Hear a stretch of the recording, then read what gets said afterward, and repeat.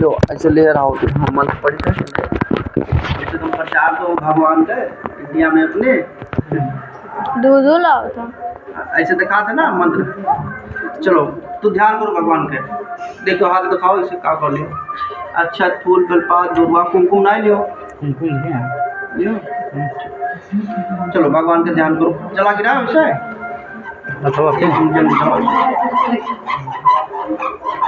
तथ्याम वचा तस्मादम विप्रातम केन पृथिव्यां चक्रम मुने तत्रो सत्विचां श्रद्धास्माकं प्रजायते श्रुदं रेवा सर्वे भक्तं केन केतम एकदादिमात्रं च यथा विस्मन्त्रे वन्दिवासज्ञो सारभर्तं दोर्भम् एकस्मिन्त्रे काले काष्ठेतास्मात् वै काष्ठं च संस्थाप्य विप्रसिग्रे माया तजोर्दं पीडितात्मं दृष्ट्वा विप्लं च वर्तं भावितं देशमात्मित्यं क्रियन्ते त्वः कीर्ते किं फलमाप्रयुक्तं विस्तारतं मदं मे प्रभु च सत्यनारायणस्य वेदं वर्तं सर्वे शक्तिप्रं तस्मै प्रसादन्मे सर्वे धन्यादिकं मातं तस्मादित्यं वृत्तं ज्ञात्वा काष्ठके हर्षिता पापो जलम।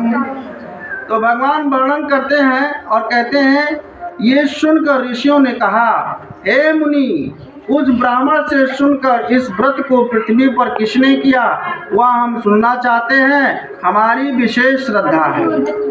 सूत जी ने कहा, जिसने इस व्रत को भूमि पर किया उसी कथा मैं सुनाता हूँ। एक दिन वही श्रेष्ठ ब्राह्मण धन और ईश्वर के अनुसार स्वजन बंधुओं सहित व्रत करने को उदित हुआ, यानी व्रत करने के लिए पुनः उसका मन कर रहा है कि भगवान का फलादेव सत्यनारायण का कथा कहा जाए, करवाएंगे पानी घर।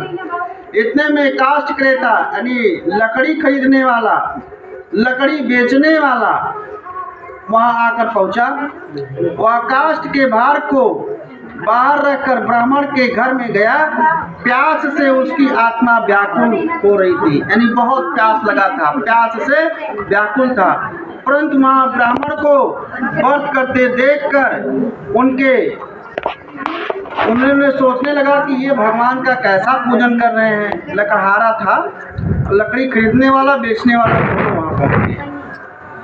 उन्होंने बड़ी श्रद्धा पूर्वक प्रणाम कर कहने लगे, आप यह क्या करते हैं और इसके करने से किस फल की प्राप्ति होती है?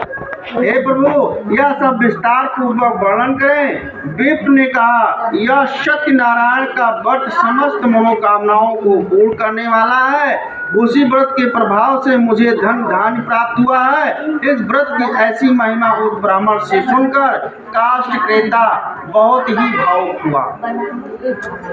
प्रसादम च भुक्त्वा सा नगरं ययो सत्यनारायणं देवं मनसा इत्याचिन्त्यं काष्ठक्रेतां क्रियान्तो ग्रामे प्राप्तनो च तद्मान्यं तन्मो सत्यदेवस्य कृष्ये भक्तमोत्मं चायित सचन्ति मनसा काष्ठ कृत्वा तु मस्तके जगाम नगरे रम्ये धनिनां यत् संसिता तन्ने काष्ठमूल्यं च द्विगुणं प्राप्तिमान्यं तथा प्रसन्न हृदया सुपाक्यं कदलीफलं च ग्राहृत्वा चारुतं चूर्णं कृत्य सम्पाद्यं जागृत्वां ययो ततो मन्दुनं समायुक्तं चमत्कारं विधानं भस्मशीतशक्तार्थ्यं तद्व्रतस्य प्रभावनं धनपुत्रान्वितो अभूत् लोके सुखं भोक्त्वा च अन्तो सत्यब्रह्मयो श्री सत्यनारायण भक्तकथायाम्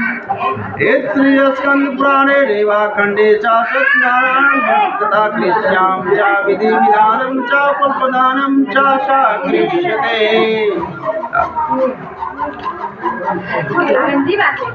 जल गिराओ, 5 बाजी गिराओ।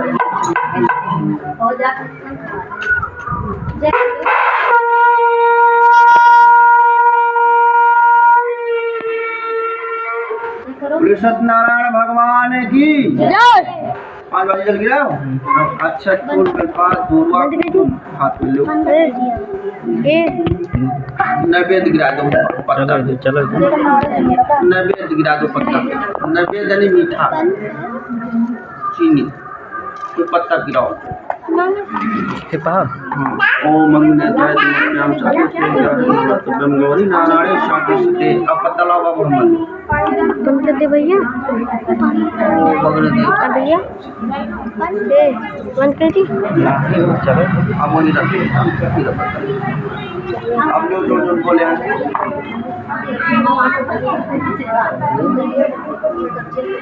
बेलपात्री फूल अच्छत हाँ दूरवा दूरवा लिए हैं नैवेद्य कुमकुम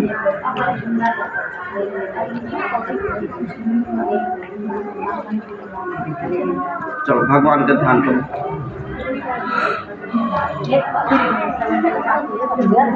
श्रोतवाद प्रागेक्षं प्रवेक्षं सुयोगं मणिसत्ता प्राचोल्कामुखेनां निर्भय समेत समाहिता जितेन्द्रिय शक्तिवादी यो देवालयं प्रतिदिने दिने धन्यत्वा नन्मात्रं सन्तोषा सुदेशा भार्या तस्य प्रमुक्ता च श्रोतृवदना सती भद्रशीला नदी तीरे सत्यस्य वर्तिमाश्रयेत एकस्मिन् त्रैतत् साधुरेखा समाप्ता वाणिज्यार्थे बौद्धनरेखा परपूर्त्या नवं संस्थाप्यं ततीरे साधुरेखा समाप्ता वाणिज्यार्थं बौद्धनरेखा परपूर्ता नवं संस्थाप्यं ततीरे जगां निपश्य प्रतिदिष्ट्वा सावर्तिं भूपं परपक्ष विनयन्त्यम् साधुवात्मत्यं कृप्रसाद्यं च भक्तचेतसां प्रकाशं कुर्तस्रों श्रेतमिच्छां सम्पदार्थं पूजनं क्रियन्ते साधो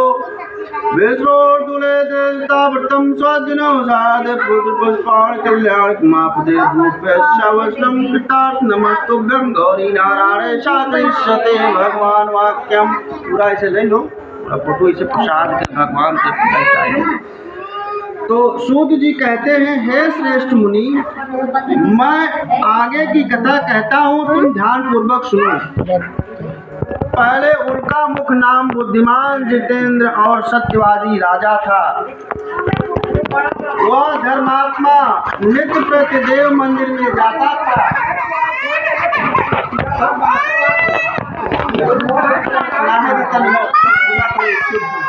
आपकी कहा थी सुना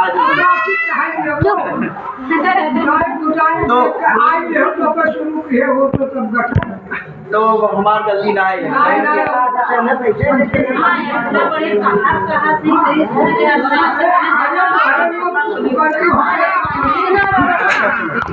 नित्य प्रति देव मंदिर में जाता था और ब्राह्मणों को दान देकर संतुष्ट करता था। उसकी स्त्री कमलावती पतिव्रता नारी थी।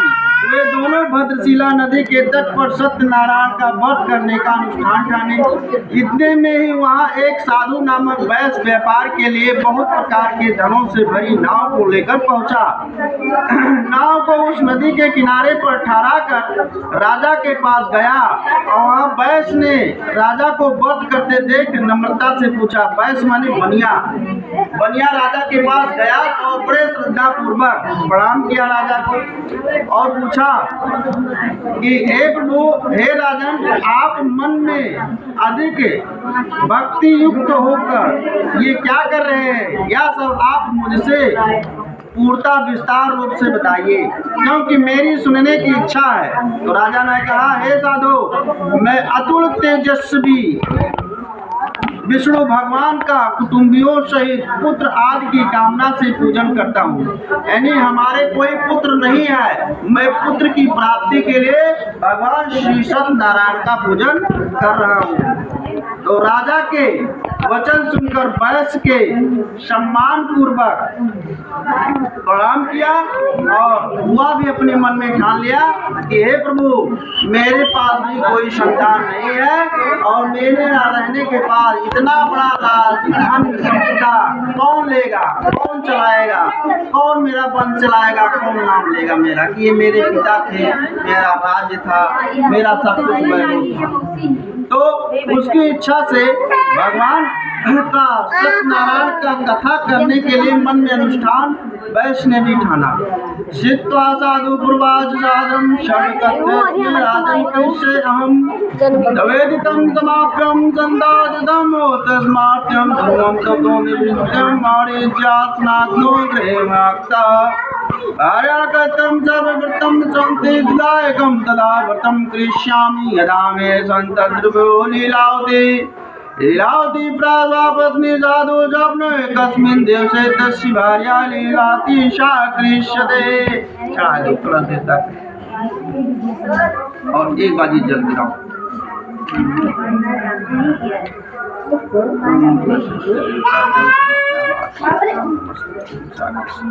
अब पुष्प लो, दोनों पुष्प ले लो और कलपात लो, फूलवा लो, अक्षत लो, नैवेद्य